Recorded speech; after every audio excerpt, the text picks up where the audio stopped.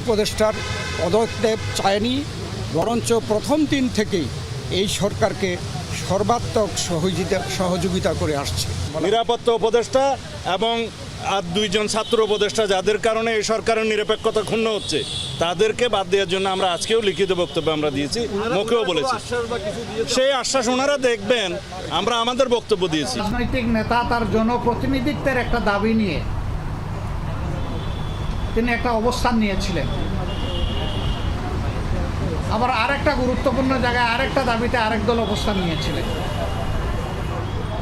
এই সব কিছু প্রধান উপদেষ্টার জন্য কিছুটা কষ্টের, কিছুটা বিরক্তির ছিল,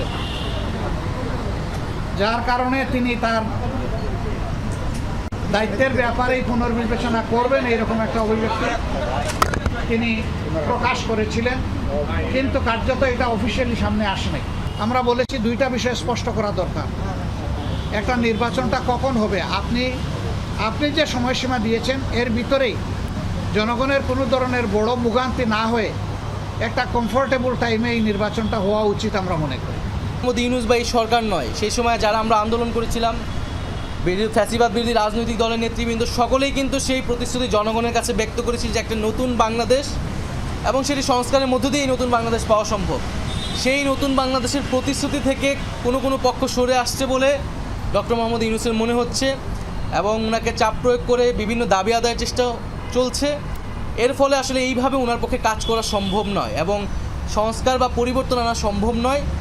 তো সেই জায়গাতে উনি হতাশা ব্যক্ত। মাননীয় চিফ অ্যাডভাইজারকে অখণ্ড সমর্থন জানিয়েছেন।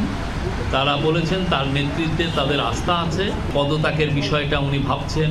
তো সে বিষয়ে তারা বলেছেন যে পুরো বাংলাদেশ সবাই এই চিফ অ্যাডভাইজারের নেতৃত্বে